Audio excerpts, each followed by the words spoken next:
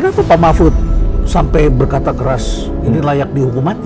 Begini loh, ini gempa bumi hukum yang merusak sistem negara hukum. Apakah ada dalam hukum kita hukuman mati? Ada. Jadi ancaman hukuman mati itu bisa layak. Kemarin kau berkelahi di depan kami, sekarang di depan kami. Begitu polisi itu menyerahkan kasus agar ditangani oleh Kejaksaan Agung, ya, Kejaksaan Agung langsung mengeluarkan surat. Ada barter.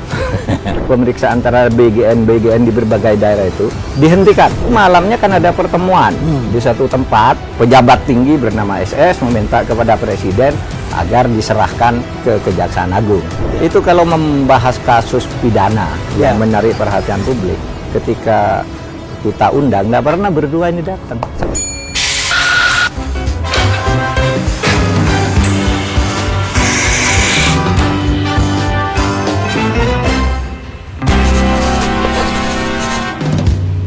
Selamat datang kembali di Cafe Breezy, Pak Mahfud, MD.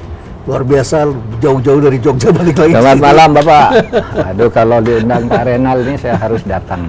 Terima kasih banyak ya.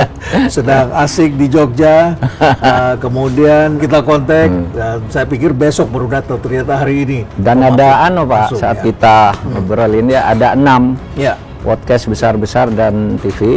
Semuanya ngejar. Minta datang. Saya bilang saya ke Pak Renal dan saya sudah banyak ngomong ini. Bilang masa ngomong ini terus saya ke Pak Renal dulu lah. Oke, Pak. Ya. Pak Mahfud, kita sama-sama dulu aktif membentengi KPK, jadi panitia seleksi KPK. Kita pernah jadi panitia seleksi. Panitia seleksi, bukan hanya KPK, penasihat KPK pun juga kita ikut, begitu ya. Tentu kita punya cita-cita, ya. Karena kalau buat saya orang ekonomi, nanti ujungnya adalah kepercayaan ekonomi, gitu ya. Investasi masuk, ada kabar gembira, daya saing kita meningkat, anak-anak kita bisa bekerja, dapat lapangan pekerjaan, pendapatan meningkat, kesejahteraan, transparansi. Wah, rasanya sebagai negara yang bermartabat kita bisa dapatkan, gitu kan ya? Iya, betul. Nah, sekarang tiba-tiba kita menyaksikan ada seperti ini. Harusnya kan KPK turut tampil hari ini. Iya, yang kenapa kasus KPK tidak kelihatan menurut Pak Mahfud? Yang kasus Jampitsus ya. Iya, kasus Jampitsus ini. KPK ini sejak Undang-Undang Nomor 19 tahun 2019 memang menjadi melemah fungsinya karena lebih banyak dia mendekat ke eksekutif sebagai kabinet. Menurut undang-undang memang KPK itu masuk dalam rumpun eksekutif tapi bukan anggota kabinet, bukan bawaan presiden. Dia lembaga independen seperti Komnas HAM, Komisi Pemilihan Umum gitu. Tapi itu tidak berubah yang itu. Kenapa? Yang itu aturannya tidak berubah, tapi dalam praktek dia lebih mendekat ke kabinet sekarang, sehingga tidak pernah berani dia mengambil langkah tanpa melihat isyarat istana untuk kasus-kasus besar ya, untuk kasus-kasus besar. Jadi ini kasus besar. Oh, ini kasus sangat besar. Ya. Saya sebut ini gempa bumi hukum terbesar selama pemerintahan Pak Prabowo. Kenapa terbesar? Mungkin kasus uangnya ada yang lebih besar. Ya. Tetapi ini pejabat penegak hukum tertinggi pemberantasan korupsi di Kejaksaan Agung, Jampitsus. Nah, itu gempa bumi hukum yang dahsyat menurut saya ya. Ya itu. Oleh sebab itu mestinya ya KPK bisa mengambil alih. Nah, ini kan kalimat yang kita dengar hari ini. Saya belum mendapat surat. Loh, ngambil alih itu kan nggak usah pakai surat. Sejak itu ngambil alih pakai surat. Kan belum dapat surat supervisi dan sebagainya. Harusnya dia mengatakan dapat surat dari siapa kalau begitu? Ketika ditanya tadi di televisi itu, Bapak supervisinya gimana? Ini saya siap tapi belum mendapat surat ini katanya. Loh, tidak disebut dari mana suratnya? Iya, yang mungkin ditunggu. surat dari Kejaksaan Agung ditunggu untuk minta supervisi atau dari polisi mungkin ya, tapi bilangnya belum dapat surat gitu. Loh, kok ngambil alih pakai surat? Ya nggak bisa dong, dia yang bikin surat saya ambil kan. Itu maksudnya berdasar undang-undang, berdasar pasal 10A ya, Undang-Undang Nomor 19 tahun 2019. Ya, tapi memang situasi sekarang, Prof. Renal, itu yang bisa menyelamatkan ini, yang paling realistis menurut aturan hukum memang diambil alih oleh KPK. Yang paling realistis. Nggak bisa dibiarkan sekarang ada penyerahan ya. Penyerahan perkara, bukan pelimpahan bukan. Ya? Ini Pak Mahfud tegaskan. Enggak, kalimatnya itu pelimpahan, tapi sesudah dilihat bahwa ternyata saksinya belum diperiksa, itu bukan pelimpahan, berarti penyerahan. Penyerahan di bawah tangan. Kayak kan. You aja deh yang jalani. Iya, Ya, begitu ya. Dan itu tidak boleh. Jadi menurut undang-undang itu, undang-undang KUHP yang baru, Ya. ini penyidik kejaksaan, ini penyidik Polri. Nah, ini sendiri-sendiri. Nanti pelimpahan namanya ke kejaksaan, ke penuntut umum, meskipun yang ini jaksa, yang ini polisi, ada penuntut umum. Itu namanya pelimpahan. Nah, di saat itu tersangka itu harus diserahkan fisiknya. Apakah diborgol atau diantarkan atau dijamin gitu, diserahkan fisiknya, dan dia sudah menandatangani berita acara sudah diperiksa. Nah, ini kok dilimpahkan belum diperiksa. Kalau diserahkan notari, menurut undang-undang tidak boleh. Tidak boleh. Karena ini hukum acara. Hukum acara itu artinya hukum formal yang sifatnya ritual, tidak boleh membuat kegiatan lain di luar yang diatur undang-undang. Sama dengan Pak Renal misalnya ya, lari maraton. Ya. Belum sampai di garis ini udah disusul diambil, nggak boleh. Atau sholat 4 rakaat, baru 3 rakaat diganti, tolong dong teruskan sholat saya, gitu kan tidak boleh. Harus sampai dulu salam baru dilanjutkan. Tidak sah itu. Tidak sah, sholatnya tidak sah. Sama dengan itu, karena ini di dalam hukum formal itu ritual tidak boleh dilangkai. Kalau hukum materialnya bisa, sejauh tidak dilarang itu boleh, itu hukum material. Ya tak, asas legalitas hukum material. Tapi kalau hukum formal itu hukum acara. Itu yang Pak Mahfud khawatirkan, kalau Pak Febri bisa lakukan para peradilan lalu menang dia pasti. Bisa, peradilan. bisa. Karena diperiksa hukum acaranya salah begitu. Iya, iya. Meskipun hukum acara yang sekarang itu tidak menyebutkan ketika dijadikan tersangka, ketika dijadikan tersangka harus diperiksa dulu, itu yang sekarang tidak menyebutkan, tapi yang sekarang menyebutkan saat dilimpahkan, itu harus sudah menyerahkan tersangka. Nah, tersangka yang diserahkan tuh harus sudah diperiksa menurut pasal 36 ayat 1. Ini belum. Ini belum. Nah, kalau penyediaan tersangka, nah ini hukum lain, Pak. Misalnya, dia dijadikan tersangka belum diperiksa, dijadikan tersangka belum diserahkan ya, belum diperiksa. Nah, sekarang apa dasarnya dia bisa menuntut? Putusan Mahkamah Konstitusi nomor 21 itu masih berlaku bahwa seorang tersangka sebelum ditetapkan tersangka harus diperiksa. Ini belum pernah diperiksa, langsung katanya diserahkan. Sepertinya polisi grogi. Sepertinya grogi. Sepertinya grogi. Karena ini besar ini. Ini bukan lagi cicak lawan buaya, ini adalah biawak lawan buaya. Biawak. Mengatakan begitu. Biawak lawan biawak. Atau buaya lawan buaya. Buaya lawan buaya, begitu ya. Wah, ngeri ini ya. Nah, lalu sebetulnya kan lebih bergengsi polisi menyerahkan ini kan kepada KPK, bukan kepada kejaksaan. Iya. Lebih bergengsi kan? Secara hukum lebih clean begitu. Secara hukum respectful begitu kan? Iya, secara hukum lebih bergengsi kalau serahkan ke KPK. Tapi sebenarnya kalau kita tahu prosesnya kan polisi ini ingin menggarap sendiri sampai pelimpahan. Oleh sebab itu dia ngadakan penggeledahan, penyitaan dan sebagainya itu. Karena dia sejak awal ingin membongkar ini sendiri. Tapi malamnya sesudah siangnya Febri Ardiansyah itu menyatakan tidak akan mundur kan. Saya akan Ardiansyah ya, kawan kita. Febri Ardiansyah. Itu malamnya kan ada pertemuan di satu tempat di mana intinya ada yang menekan agar ini serahkan ke Kejaksaan Agung agar akan diselesaikan secara internal. Pertemuan antara para politisi atau pertemuan pejabat? Pejabat. Itu dimuat di majalah Tempo yang terbit kemarin. Itu ada. Di malam itu seorang pejabat tinggi bernama SS meminta kepada Presiden agar diserahkan ke Kejaksaan Agung. Itu ada di majalah Tempo ya, bukan gosip itu ya. Waktu kita ketemu ini bukan gosip. Karena itu ada di media resmi. Ada media resmi majalah Tempo. Memang dia yang minta kepada Presiden. Maksudnya apa? Gitu kan? Yaitu lalu kita curiga mungkin terjadi 3 hal dari situ. Satu, Febri Ardiansyah itu bisa melakukan tuntutan berdasar putusan Mahkamah Konstitusi yang tidak pernah dicabut, tidak sah dan penetapan sebagai tersangka, bisa bebas. Yang kedua, bisa saja ini nanti diambangkan dilama-lamakan di KPK. Seperti sekarang nih. Iya. Ada di mana dia? Tiba-tiba di beritanya mana, ada pengawal ada banyak di diperiksa. bandara. Iya, iya. Orang curiga dan akhirnya semakin bola kotor makin beredar ini. Iya. Lalu seperti ada beberapa kasus lain yang rebut-rebut ini tidak ditanggapi, dibiarkan lama-lama di deponeering, hilang kasusnya. Padahal ini kasus besar, ini gempa bumi menurut saya. Atau diciptakan kasus baru, atau ada kasus baru yang lebih ramai Iya, lagi. yang lebih ramai lagi, sehingga menjadi pengalian isu. Itu yang kita khawatirkan. Itu yang kita khawatirkan. Tapi apakah ya kan? aparat kita masih seberani itu ketika sekarang di tengah-tengah era seperti ini, masyarakat sudah ramai membicarakan. Ini kan topik yang sangat hangat, bukan hangat lagi, panas. Iya, Pak panas. Mahfud, ya. Percakapan di masyarakat sehari-hari, bukan hanya di antara para elit, tapi driver, para pengemudi, supir Iya, ojol, semua.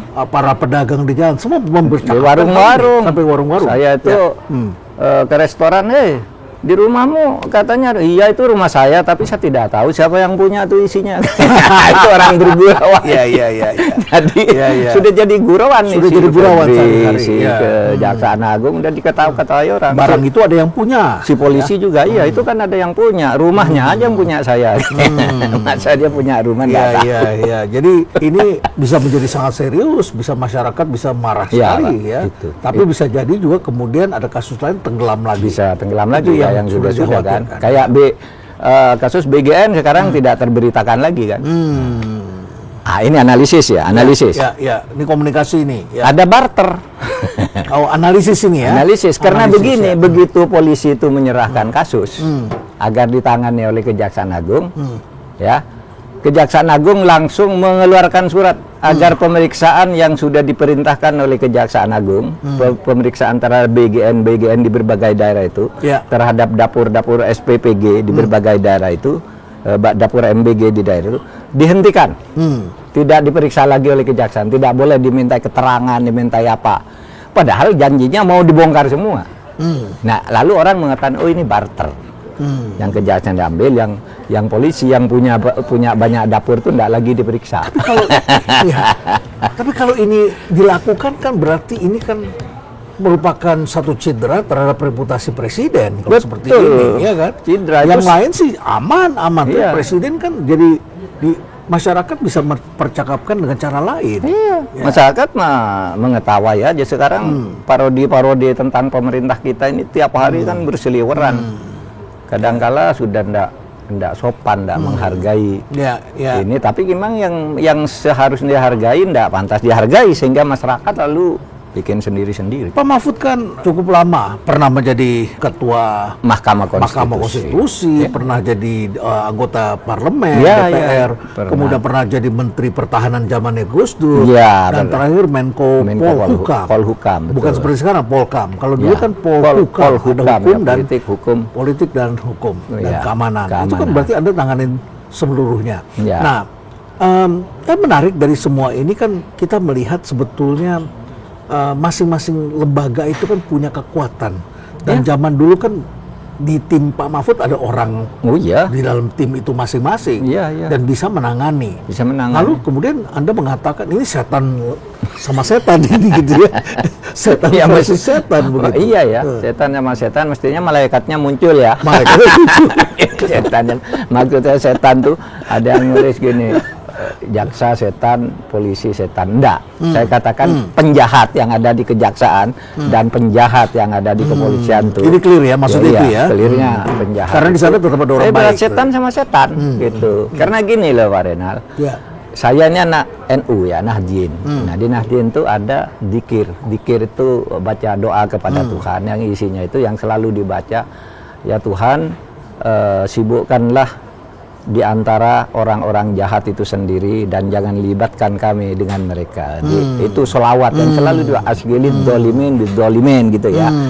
Sibukkan tuh para penjahat, orang dolim dengan semua penjahat dan letakkan kami di luar agar kami menjadi orang selamat dan bisa menyelamatkan. Nah, yang saya katakan tuh setan sama setan tuh dolimin bidolimin itu. Seperti- Penjahat di kantor polisi dan penjahat di kantor kejaksaan. Kalau ini Ya koruptornya itu. kalau petani itu memisahkan ilalang dari padi gitu kan ya. Ya. Ilalang yang dicabut bukan padinya yang dicabut. Betul, nah itu. Nah, Jadi terus kemudian sekarang setan kerjasama dengan setan. setan kerjasama dengan setan, ini kan upaya ini saling melindungi kan. Dan Kan kalau malaikatnya terjadi terpojok itu ya. nantinya. Iya. Hmm. Jadi ya semacam terjadi barter begitu. Dan itu ini meskipun kita sambil ketawa-ketawa ini serius memang untuk bahaya nih bagi masa depan hukum kita. Karena yang diserang dari Ya. proses ini adalah sistem hukum. Bukan kasus hukumnya, tapi sistem hukumnya. Sistemnya. Iya. Sistemnya Institusi berarti, Iya, kan? makanya Ya. sistemnya. Bahwa satu sistem yang menyatakan bahwa antara penyidik tidak bisa melimpahkan perkara ke penyidik. Ini kan sistem udah. Dan sudah tidak pernah terjadi dalam sepanjang sejarah Republik di mana penyidik menyerahkan ke penyidik lain. Tidak pernah. Nah, kalau begitu nih sistem bahkan kemudian untuk jangka jauh karena mengangkut korupsi yang besar yang lalu masyarakat melihatnya ini tampaknya mau dilindungi nih gitu misalnya atau mau ditutup diisolasi kepada 2 orang saja padahal Pak Renal tahu kan kasusnya kan 12 tempat yang dianggap sebagai tempat penyimpanan barang-barang yang akan digeledah. Ini kan baru 2 tempat. Lah yang 10 ini diapain? Perkara ini menyangkut 3. Iya kan? Ada Sabri, ada Batubara, ada ini Jiwasraya. Kan 3. Kok yang ketemu sebagai tersangka baru penerima suapnya? Iya kan? Baru kalau ini nanti suap ya atau ini. Kok baru pelaku yang mendapat keuntungan dari itu dari pejabat yaitu Pak Febri dan orang swasta yang orangnya Febri. Terus yang 3 kasus ini kan banyak orangnya juga yang terlibat. Saya melihat sebagai orang yang melihat secara sistem. Kalau orang ekonomi itu melihat sistem Pak Mahfud. Kami tidak bicara ini satu fenomena berdiri sendiri gitu ya. Kalau satu sistem bisa meledak di tempat yang lain nanti nih. Bisa. Ya, katakanlah batu bara, bisa saja kan stoknya makin berkurang. Tiba-tiba mati lagi nih listrik nih. Bisa begitu kan? Bisa saja, bisa saja. Oleh sebab itu menurut saya kasus ini harus dibuka dengan terang dan dulu ada pengalaman bagus. Tahun 2008 Pak Renal masih ingat dulu ada jaksa Urip Tri Gunawan yang ditangkap karena menerima suap dari Aying namanya. Aying kan pengusaha perempuan itu tangkap kan? Ditangkap di Lampung Lampung. Pada waktu itu kejaksaan responsif sekali. Apa yang dilakukan? Yang dilakukan Jampitsusnya dicopot. Lalu diangkat Jampitsus baru namanya Marwan Effendi.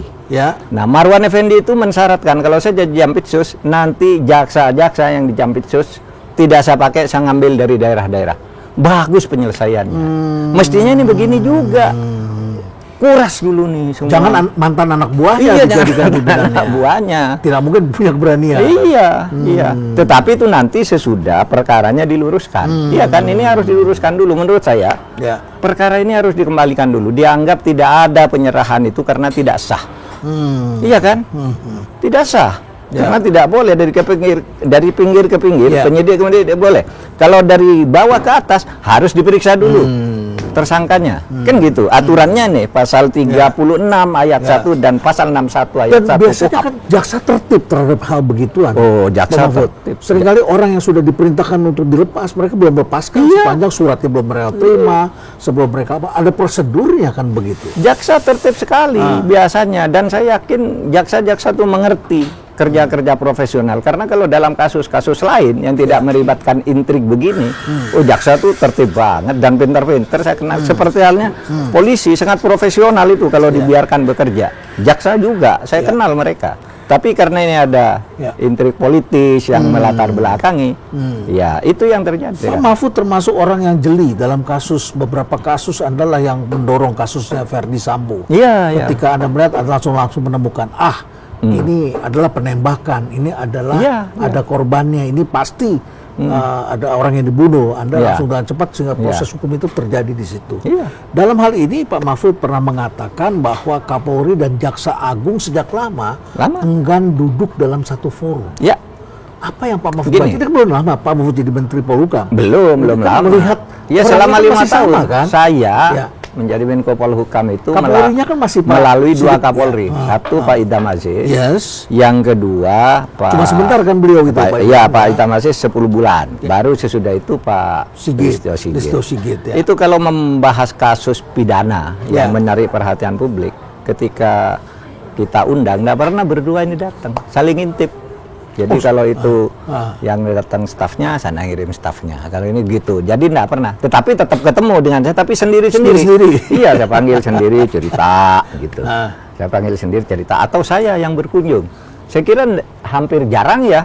Menko sekarang datang ke kantor kementerian, lalu mimpin rapat di situ. Kalau saya datang, mimpin rapat di Kejaksaan Agung, ada rapat, saya diberi minta pengarahan di Polri juga, saya datangi gitu sebagai koordinator, nggak apa-apa saya yang datang gitu, tidak harus mereka menghadap, saya datang gitu.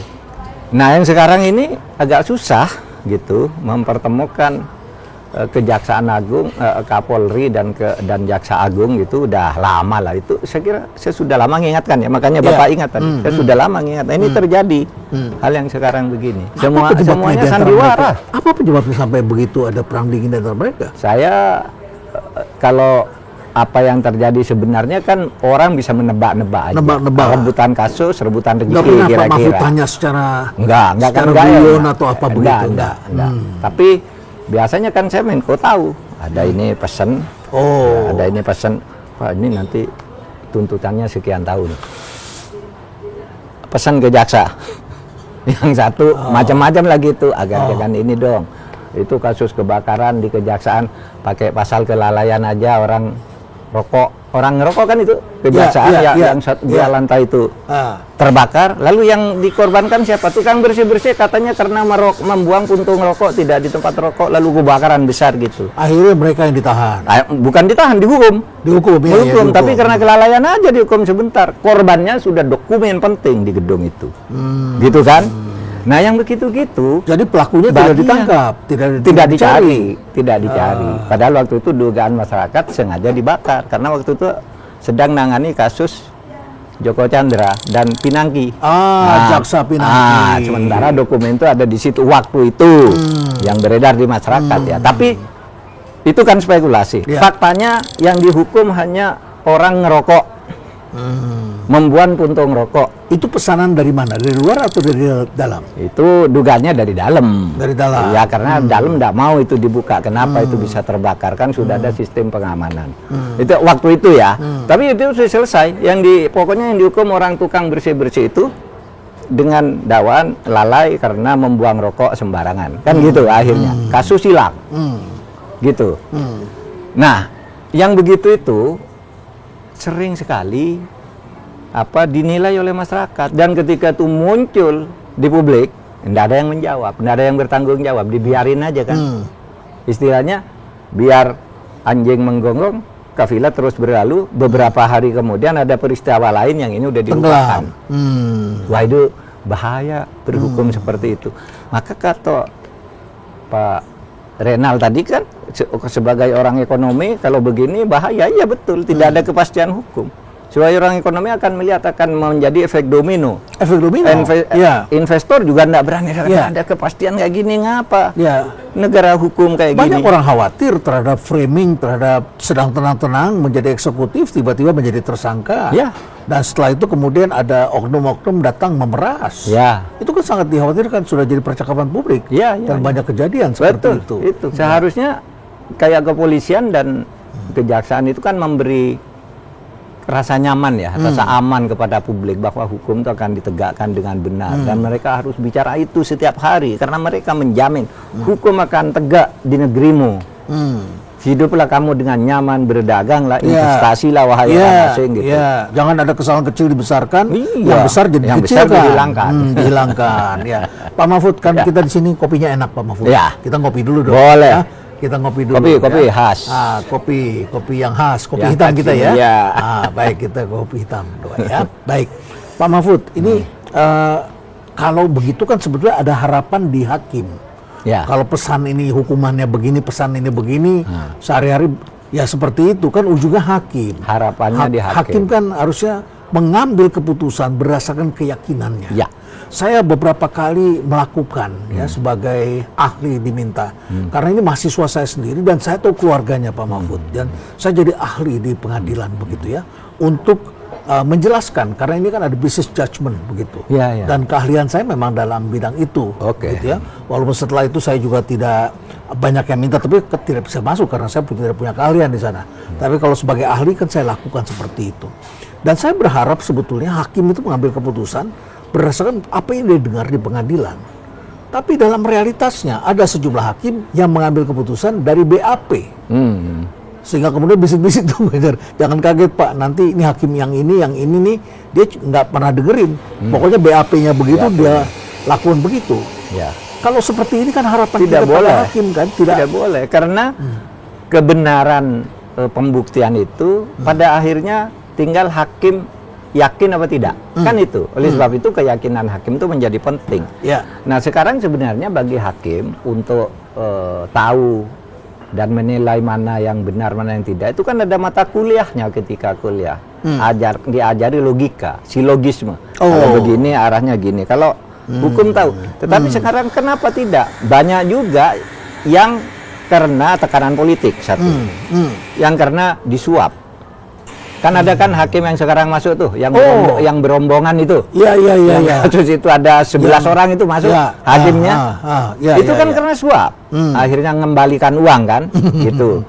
Nah, ya karena itu. Jadi hakim yang pintar-pintar tuh justru pintar juga. Menyusun argumen-argumen seakan-akan dia benar. Ketika Pembenaran. Iya, itu salah Pak Hakim. Loh, keyakinan saya begitu. Nggak bisa dituntut lagi kecuali ada bukti bahwa ada transfer uang, dan betul ada bukti yang itu yang kemarin yang Jakarta Selatan itu. Sekarang udah masuk, udah dikurung. Gitu. Tetapi kita nggak bicara itu untuk hakim, kita bicara kebenaran nurani. Kebenaran nurani. Ya kan karena hakim itu dialah yang akan menentukan nasib orang. Dialah yang akan menentukan keadilan. Keadilan betul mungkin tidak akan dicapai.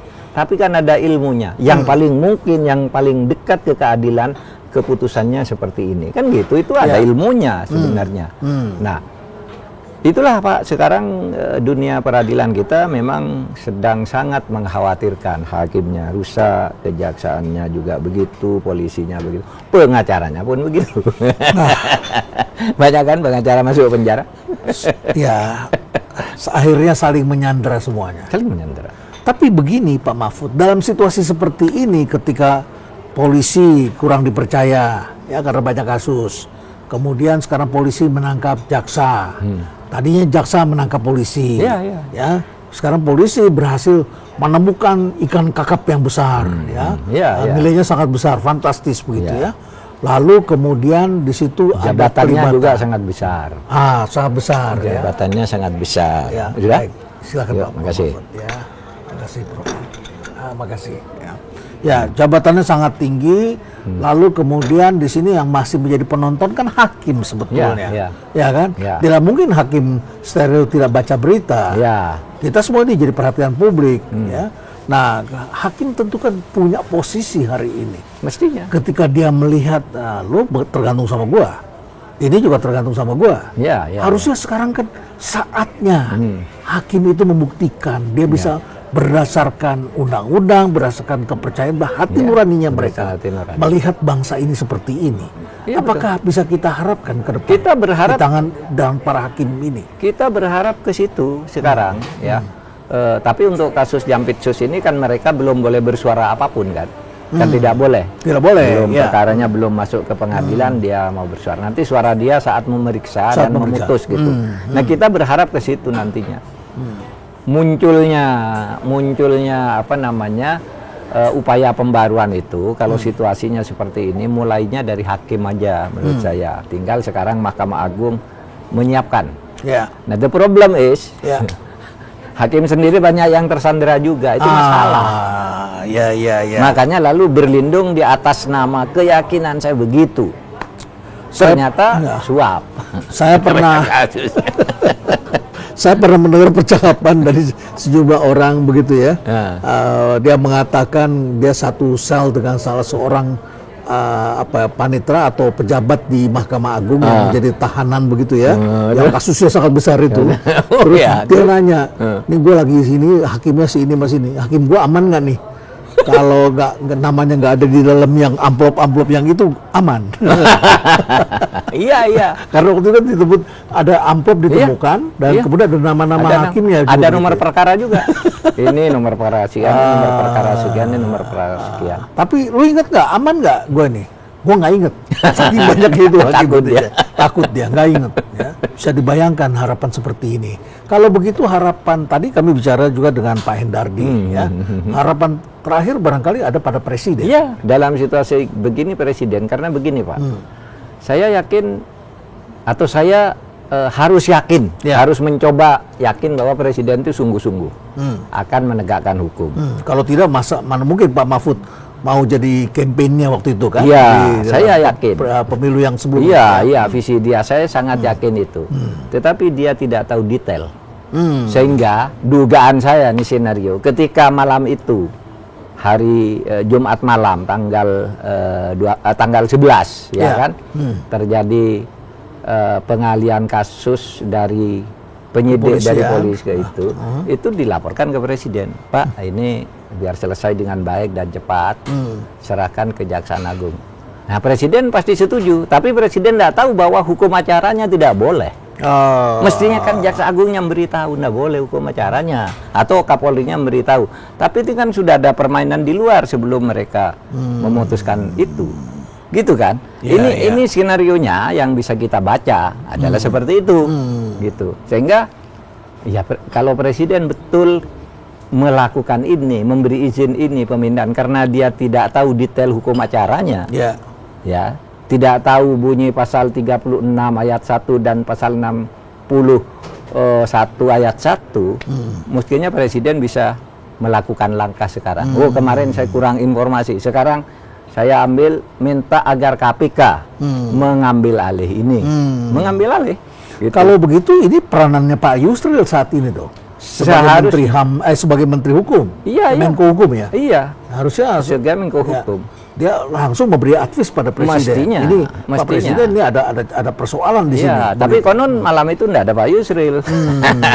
Ketika pertemuan pengalian itu. Tapi saya kira kalau saya lihat di majalah Tempo kan enggak ada. Lihat kemana nih Menko-nya kok pengalian begitu. Tapi saya yakin dia akan menonton ini. Pak Yusril.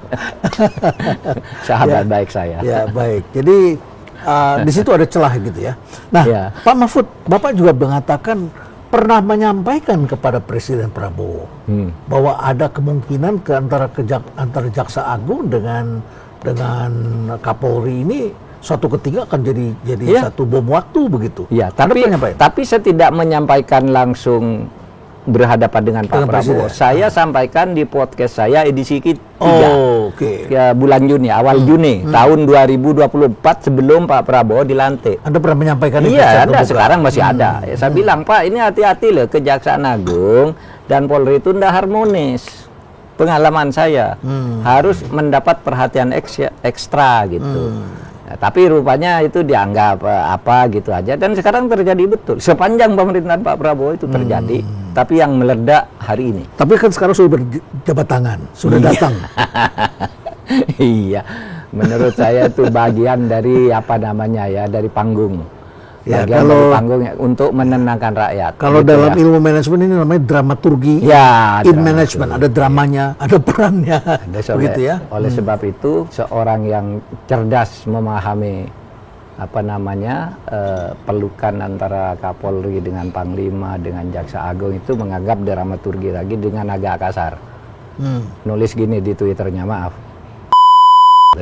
Ada yang menulis begitu? Ada. Itu seorang podcaster terkenal yang menulis itu. Kemarin kau berkelahi di depan kami, sekarang di depan kami, nggak tahu malu kau katanya.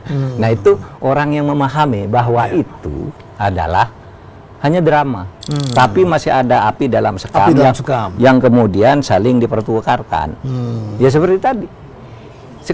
Tadi sudah kita bicara enggak? Sekarang sudah, perintah MBG suruh enggak lagi usah diperiksa itu kan? Iya. Padahal baru tanggal 10 kemarin, baru tanggal 15 bulan Juni, Kejaksaan Agung buat surat edaran semua dapur MBG diperiksa. Dan yang banyak itu punya polisi kan, dapur MBG. Nah, sekarang sesudah terjadi salaman pengalian itu, tadi malam keluar surat lagi. yang mencabut edaran itu. Dapur-dapur MBG tidak usah diperiksa Tidak diperiksa. lagi. Ada suratnya. Dan banyak orang yang tidak paham bahwa hari ini era transparansi. Iya, Apapun bisa terbuka. iya, suratnya. Menteri terbuka. PU saja mau pergi ke luar negeri Iya, saja terbuka. dibocorin publik. Ya. Kita berdua sekarang ini orang udah banyak yang tahu pasti. Jangan banyak yang tahu ya. Jangan ada Intel di sini. Nggak apa-apa Pak, saya senang sama Intel. Iya, iya, iya. Itu bagian dari ekosistem, Ya. ekosistem kita. Ya, baik. Jadi kalau lihat seperti ini, kita harapkannya memang kembali lagi pada presiden. Pada presiden. Dan presiden harus dapat informasi. Pada tahap akhir hakim, Dan tahap kita sekarang harapkan ini presiden. Presiden, kita harapkan Menko Hukum ini juga mengambil Iya, Pak. langkah, Iya. tidak membiarkan ini Iya. menjadi satu persoalan yang Iya. nanti akan menjadi duri ya. Ya, Akan ini menjadi salah duri. ini Ya. salah Pak. Mengalihkan dari penyidik ke penyidik itu salah. Oleh sebab itu harus KPK yang ngambil alih. Tapi kalau KPK-nya tidak berani, presiden harus suntik KPK. Kamu berani, udah saya yang jamin. Karena itu hukum. Ya, tapi kenapa nggak langsung dijadikan tersangka pada saat itu? Itu kan beberapa waktu kemudian baru disebut sebagai tersangka. Ya. Febri begitu kan? Anda waktu dijadikan tersangka itu sesudah penyitaan barang-barang, Ya, sesudah disentul penggeledahan, itu, ya. ya. Iya, ya kan memang penetapan tersangka itu peristiwa pidana lahir namanya penyidikan. Ya. Nah, penyidikan itu bisa saja dilakukan tersangkanya akan ditentukan kemudian sesudah Ya. pemeriksaan kan begitu. Dan Pak Mahfud yakin yang bersangkutan masih ada di dalam negeri. Walaupun kasus beredar, ada yang bilang pergi, ada yang pergi umroh, ada yang pergi kemana. Ini kan banyak beredar kasus. Saya hanya berharap aja mudah-mudahan masih ada. Yakin 100% juga enggak situasinya kayak gini. Kenapa Pak Mahfud sampai berkata keras ini layak dihukum mati? Lah iya memang begini loh. Ini gempa bumi hukum yang merusak sistem negara hukum. Seorang pejabat penegak hukum menipu begitu banyak orang, Ya. ternyata disangka melakukan tindak pidana kejahatan yang besar. Apakah ada dalam hukum kita tentang hukuman mati? Ada. Jenis-jenis hukuman itu kan diatur di dalam pasal 64 KUHP. Ya. Hukuman pidana bisa seumur hidup sampai ke bawah, lalu hukuman tutupan, hukuman pengawasan, lalu kerja sosial. Itu hukuman yang umum.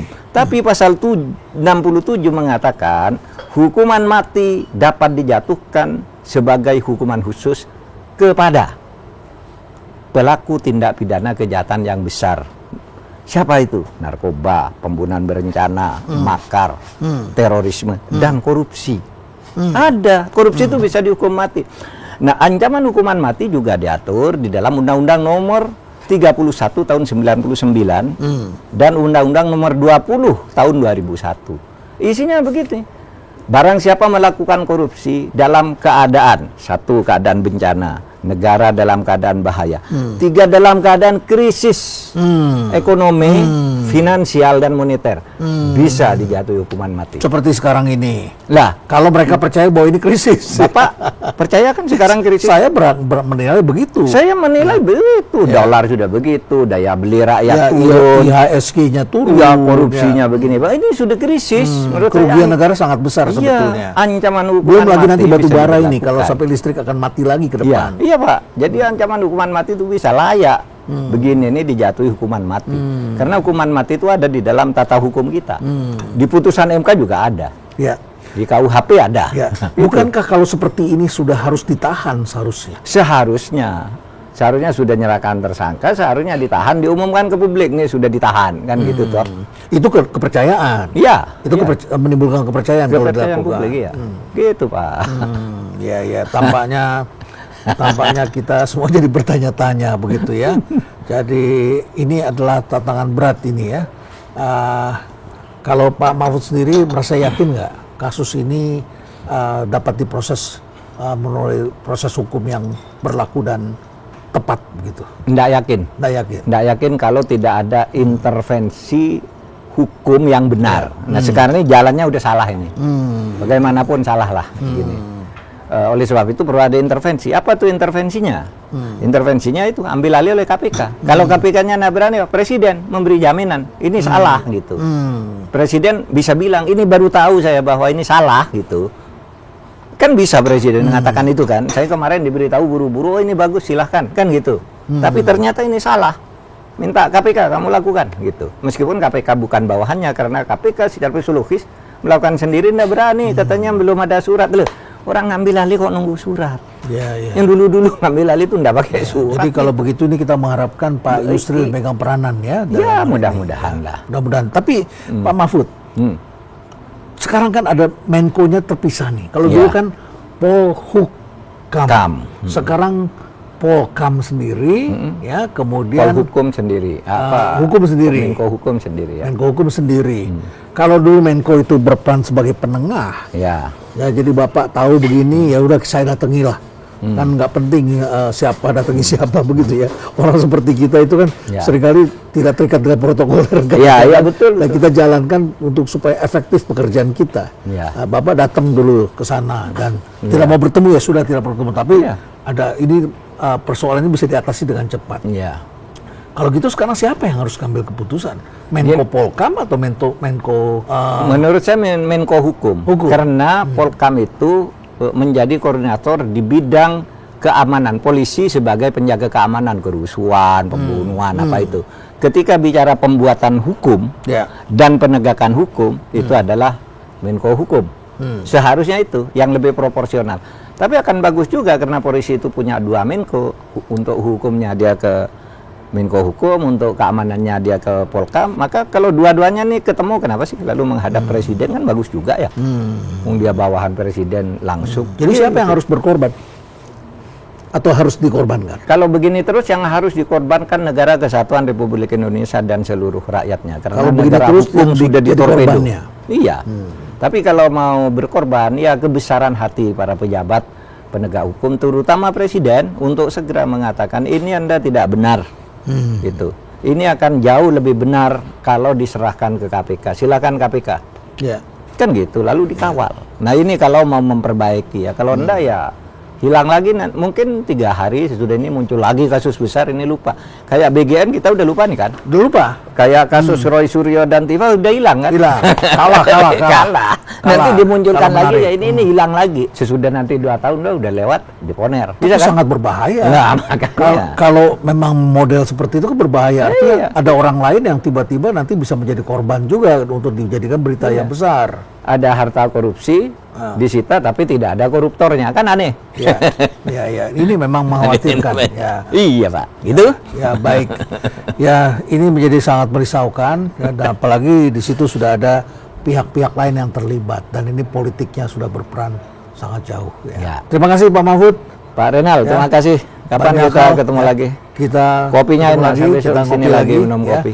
Makasih Bapak datang dari Jogja dan kesempatan pertama kita kesini. Bisa membagi ini kepada masyarakat, tapi bagi kami sebetulnya saya belum ke tempat lain kesini yang pertama. Ya, terima kasih Pak. Hari ini kita harapkan ini tidak mengganggu ekonomi karena pasar menunggu kabar baik, tapi yang didapat bukan kabar baik. Jadi kabar baik ini kemana ini perginya ini? Ya, kita harus mencarinya supaya ekonomi tentu bisa mendapat harapan tumbuh.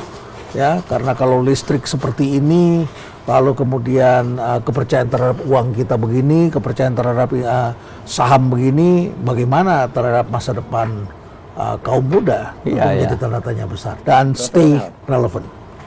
Makasih. Terima kasih Pak.